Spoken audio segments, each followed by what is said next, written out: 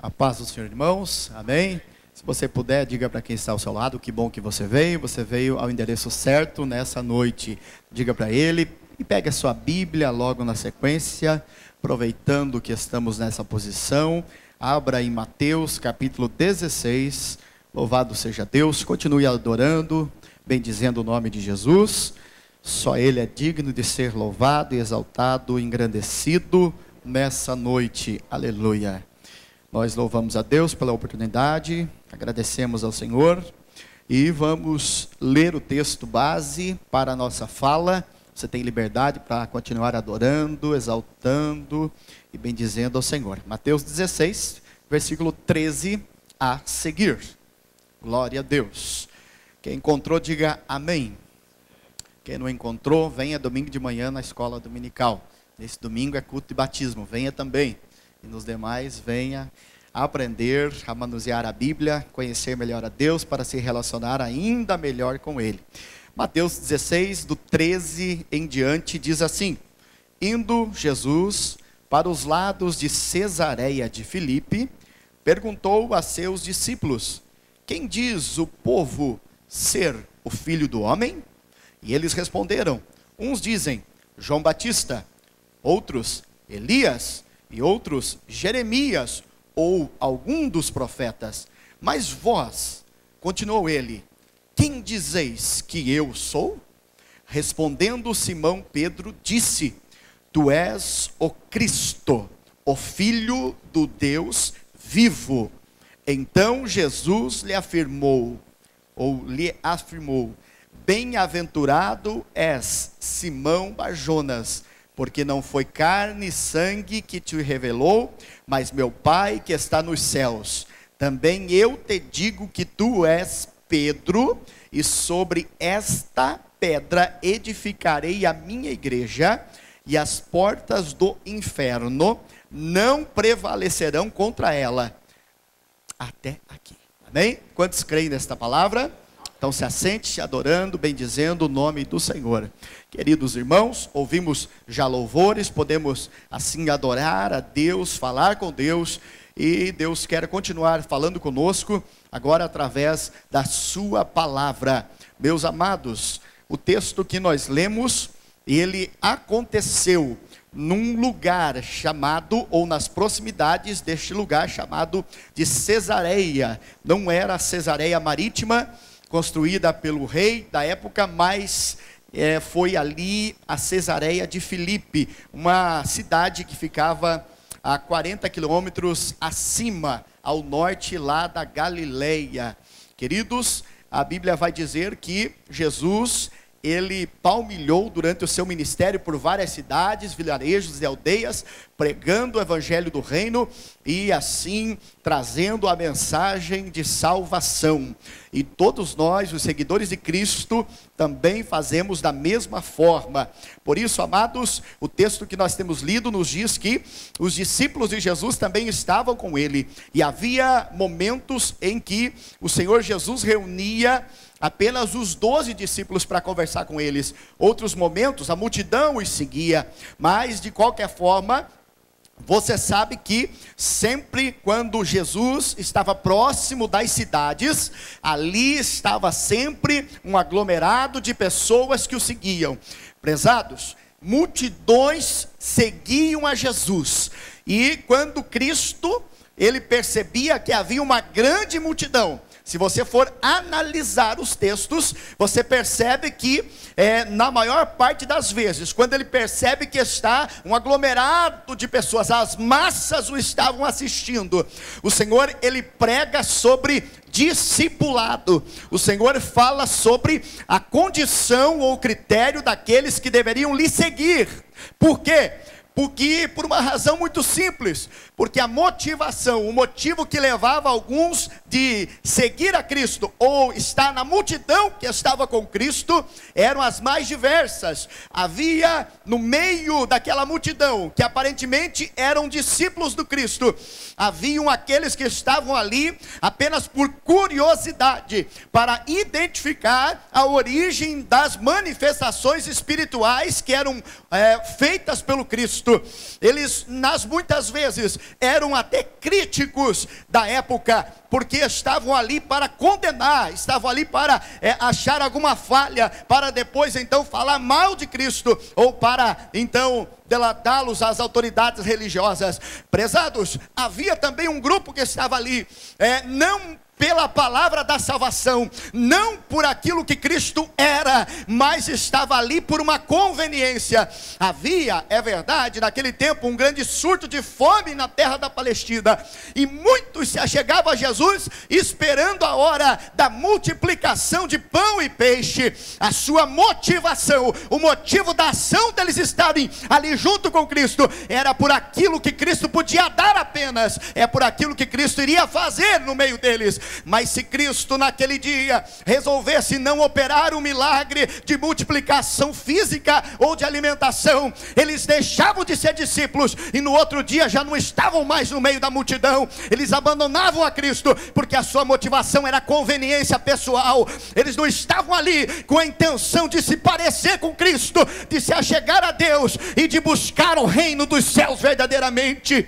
Havia também no meio desses um grupo que era um grupo realmente de seguidores fiéis, chamados de discípulos. Este grupo, ele estava com Cristo no momento que ele era criticado, rejeitado, no momento em que ele fazia a obra de Deus. Eles estavam juntos, eles eram parecidos com ele. Este grupo ele chama de discípulos, e a esses discípulos Jesus chama para perto dele. E aqui no texto Jesus pergunta, haja vista ser, nós entendemos ali o início do seu ministério, não o tenro início, mas não estava ainda o Senhor tão conhecido, e ele agora pergunta aos discípulos: olha, o que o povo diz que eu sou? Ou quem o povo está dizendo que sou eu? E aí vem, você lê o texto, algumas respostas.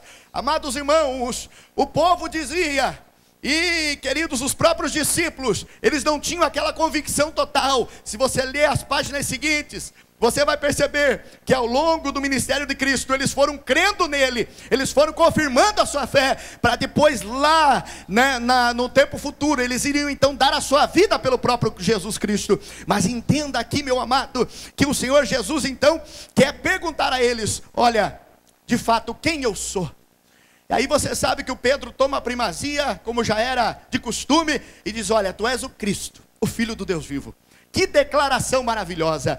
Prezados, aleluia, esses discípulos, eles creram verdadeiramente que Jesus era o Cristo, que Jesus é o Cristo, aleluia. E a pergunta nesta noite para nós é: se o próprio Deus, o próprio Cristo perguntasse a você: quem eu sou para você?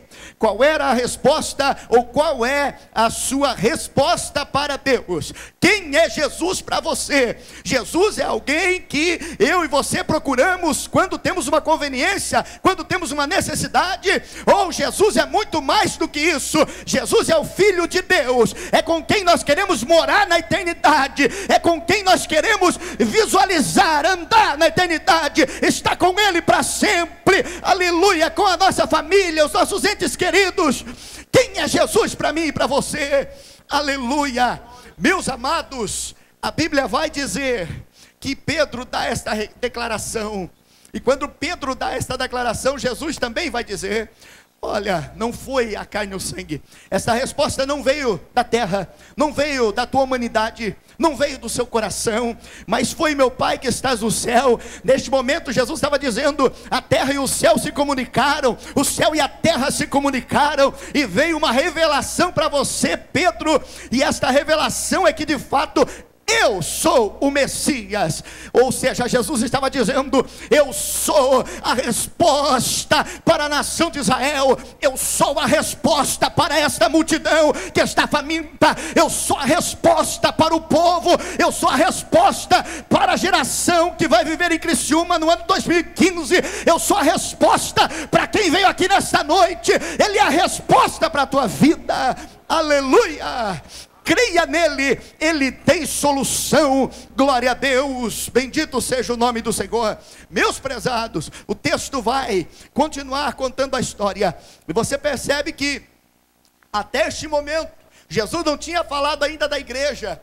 ele não tinha falado da intenção de formar uma igreja, porque o modelo até então concebido para a anunciação de Deus e da sua palavra era uma nação teocrática.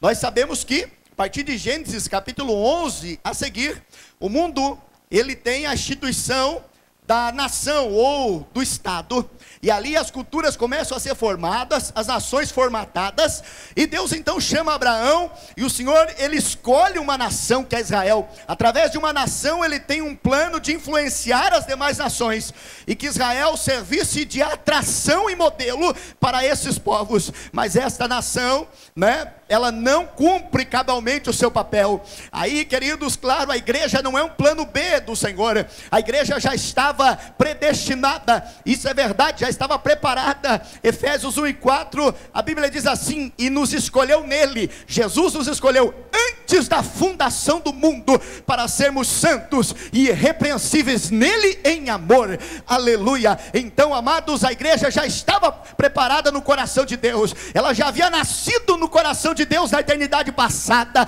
mas ela foi revelada aqui pela primeira vez. A palavra igreja aparece pela primeira vez aqui. E o que era a palavra igreja? A noção de igreja era de que nos tempos da Roma e da Grécia antiga, normalmente quando um prefeito, um governador de uma localidade, ele queria falar com o povo, resumidamente, o sentido era que ele mandava os seus oficiais tocarem um instrumento musical, e quando eles tocavam esse instrumento musical pelas ruas, o povo sabia que estava sendo chamado para fora de suas casas. Normalmente eles se reuniam num lugar público, numa praça, ou num lugar previamente preparado e combinado, e ali eles saíam de suas casas, saíam para fora, e reuniam-se em assembleia. Esse é o sentido da igreja. Jesus estava dizendo: eu edificarei a minha igreja, ou seja, eu vou preparar um povo que vai sair do mundo, eu vou tirá-los do mundo, mas eu vou reuni-los na minha presença, para que eles possam se congregar e adorar o meu nome, e celebrar a mim, que sou Deus verdadeiro. Este era o sentido que Jesus estava falando. Então, amado, no Novo Testamento, é claro que o conceito de igreja é esse, é que nós somos o templo, eu e você, nós somos o templo do Espírito Santo, somos tabernáculo de Deus. Agora, este símbolo, do tabernáculo de Deus não tira o sentido e o princípio de nós nos congregarmos. Em outras palavras, ou seja, o Senhor nos chama não para viver como uma brasa longe do braseiro, mas Deus te chama para você estar aqui na casa dele, junto com o povo de Deus, porque uma brasa fora do braseiro, ela esfria, ela pode até perecer, mas quando ela está no meio do braseiro, ali ela se aquece, e o resultado acontece, o que precisa ser feito acontece. Deus está falando nesta noite, de uma maneira, quem sabe que você ainda não ouviu numa quinta-feira, eu não sei, mas eu lhe digo, Deus está dizendo: eu estou te chamando, porque eu quero te plantar nesta casa, para que você dê fruto, e o teu fruto permaneça, e a tua vitória seja completa. Aleluia. Meus amados, prova disso, primeira carta de Paulo aos Coríntios, capítulo 12, é o símbolo do corpo. Igreja como corpo de Cristo. Um corpo tem muitos membros, Paulo diz, e o Espírito Santo continua falando por meio de Paulo, dizendo: cada um tem um papel, cada um tem uma função no corpo. Mas, meus irmãos, como é que a mão vai sobreviver fora do corpo? Ou então o pé, o joelho, enfim, e muitos membros do corpo de Cristo, eles querem sobreviver longe do corpo. Não, meu amado, o teu lugar não é em outro lugar, o teu lugar não é em outra casa, o teu lugar não é em outra atividade, o teu lugar é aqui no corpo de Cristo. Deus te chamou, você tem importância, você, aleluia, é útil na obra de Deus. Nesse corpo você é diferença, você é membro, você é honrado. Se você não vir, esse corpo sofre, porque ele precisa de você. Aleluia. Mas entenda isso, nós temos que buscar a direção de Deus. Se você veio aqui nessa noite, é porque você tem um desejo de buscar a Deus, de buscar soluções para a sua vida, e você quer respostas de Deus, e uma das respostas que Deus te dá é isso, é o que ele fala para Pedro, e ficou na Bíblia inspirado para nós. Veja que bênção. Ele diz, aleluia, edificarei a minha igreja. No português, a minha igreja. A minha é um pronome pessoal, ou possessivo. Possessivo, e você sabe que o pronome possessivo fala de posse. Jesus tem uma igreja, esta igreja é dele. Este povo é dele.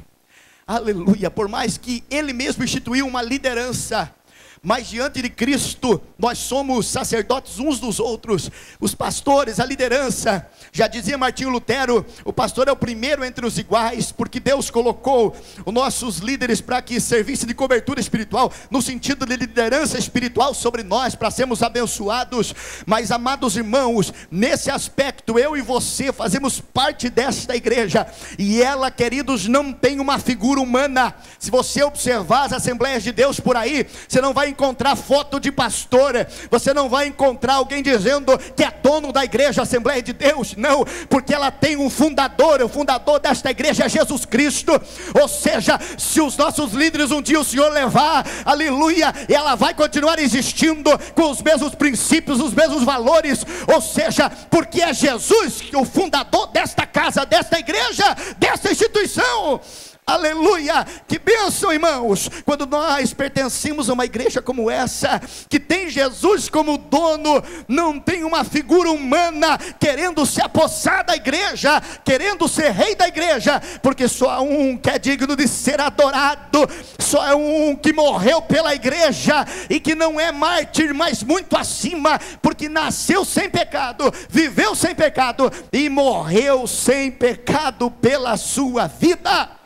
Aleluia, queridos, a Bíblia também vai dizer, e você pode ler comigo, versículo 18, aonde nos é dito, com muita propriedade, é claro, edificarei a minha igreja, e as portas do inferno não prevalecerão contra ela. Aqui, nós sabemos que ele está falando, as portas da morte, as portas do Hades, não prevalecerão contra ela. Glória a Deus. Se você perceber, quando Jesus morre, Jesus derrota a morte.